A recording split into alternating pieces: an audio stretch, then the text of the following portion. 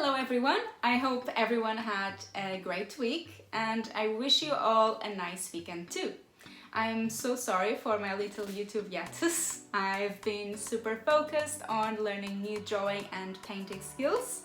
But today I want to speak about this weird but always needed topic on how to price your commissions, as it's one of those questions that always comes up a lot, and to be honest, it's very subjective, but there's definitely some facts that you should be aware and definitely take into account. Now, bear in mind that I'm a digital artist only and mainly sell my art in the form of digital commissions, and this episode is all about that. And for those who don't know me, hi! I'm Marta, aka ObscureBeauty. I'm a returned artist after 8 years of hiatus and determined on following my dreams of becoming a full-time artist. Follow me on this YouTube channel for my journey and tips and tricks and mistakes to avoid when pursuing this career path. Right, so you want to open your commissions and are working on your commission sheet and pricing, and you get stuck when it comes to determine the pricing. So pricing for freelancing can come in two ways, generally. You can either have a set price for each item you sell or an hourly or day rate. Now, I agree that the hourly rate is a bit hard to show off on the commission sheets, but it's possible and it's usually a lot more accurate unless you're just really good at keeping those times in check. Usually, what I try and do if I find my hourly rate, then sort of average it by the amount of time I take to make each kind of art style I offer, then I price it that way. It works, but most of the times I end up losing some money because I always want to offer the best that I can do. So I tend to overwork a bit on each commission I do. I'll probably continue to do it this way since I'm hoping to settle one day, but please bear this in mind when pricing your items, because you might lose some money.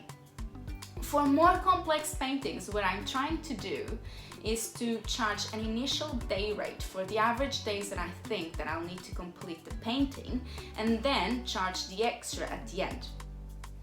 As for the price itself, it will depend on several things. So here's a little checklist for you to search and check, and I'll make a little worksheet for you to download and keep it with you if you want, just to check it, and it's down below on my description if you want. So first, where are you going to sell your art? Unsurprisingly, prices will be different depending on where you are going to sell it and whom you surround yourself with. I live in the United Kingdom and most of the people on my social media are from Europe, and only now I'm starting to reach America and Asia. Now, because of these, the prices that I usually see are, fairly priced for where I live. But when I go to Fiverr, however, prices seem unreasonably low. But that's just because it's a lot easier to see people from all over the world, and that price might actually suit them, whereas for me, it's barely enough to buy me a meal for one, for example. So the first thing you need to do is check where you're going to sell your art and the prices around there. To be competitive, you'll probably have to do similar prices. Makes sense. Now, the second thing that you need to do is sort of compare your art to the ones that you're checking the price with. It's really hard to do and very subjective and sometimes even sort of mind-destroying. But there's no point in charging $100 for a bust commission like you see other artists doing, for example, if you have way less experience than them and your art ends up showing it.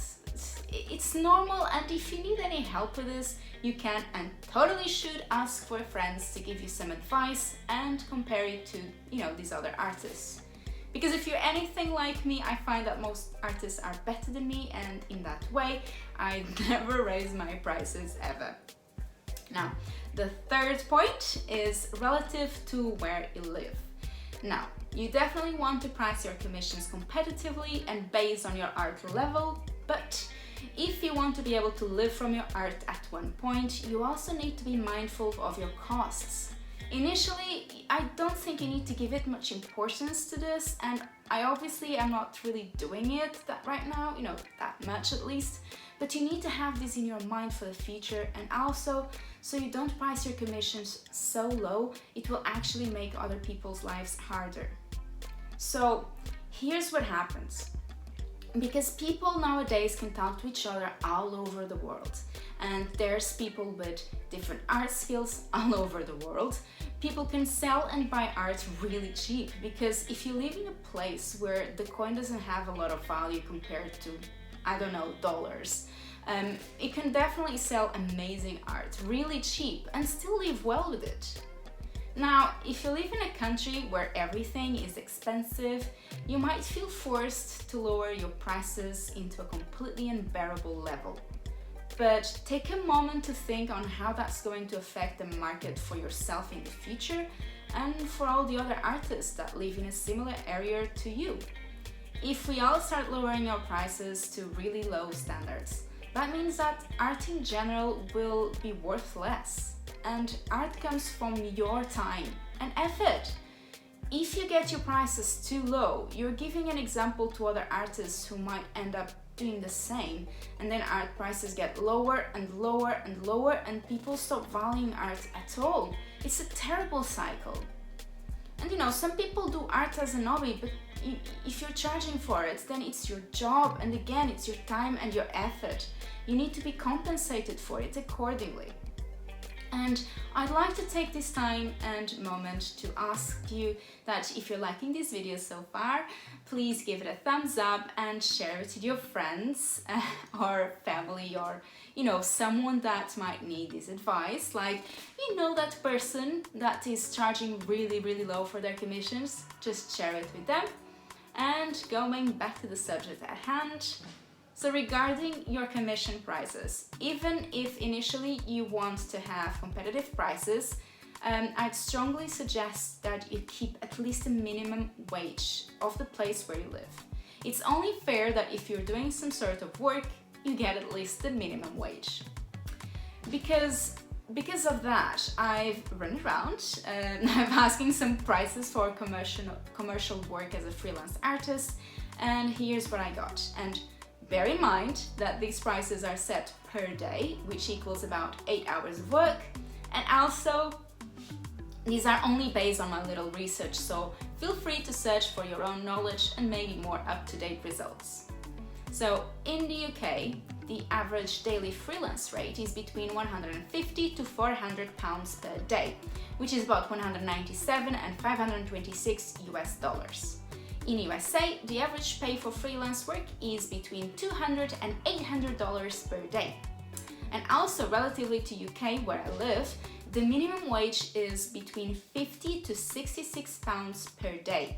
So if I want to be able to live from my commissions, I do have to bear this in mind. So please find the minimum wage from where you live and use it as a standard, at least.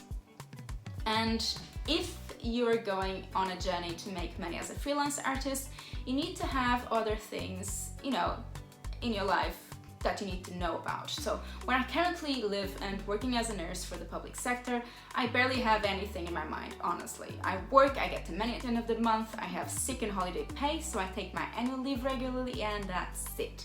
No need to calculate anything else. But as a freelance artist, you're not really employed. You get no sick pay, no holiday pay, no pension, no job stability, and you have to buy your own equipment. You also need to sort out your taxes, and all of that very likely will require you to pay an accountant, at least me, because I don't know anything about it. And then you have insurance to account for, and probably a lot of other things that I don't even imagine I'll have to worry about.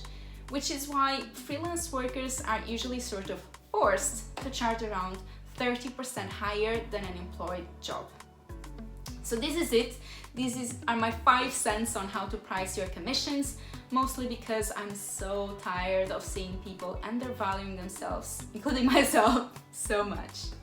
Also, don't forget that when you're doing your commission sheet to also include a terms of contract where you can mention other things such as how many reviews are they entitled to, and any additional prices such as when the commission takes a bit longer, for example. I hope this was informative, and I intend to do more videos about commissions, such as how to do a terms of contract, for example, and some stuff I wish I knew before asking for commissions, and other commission advice that I remember about this. If you have any particular question, please leave it on the comments below, and I'll try and answer it on my next video. And thank you so much for staying with me this far. And if you have stayed this far, please like this video and follow me for more content like this. See you next week. Bye bye!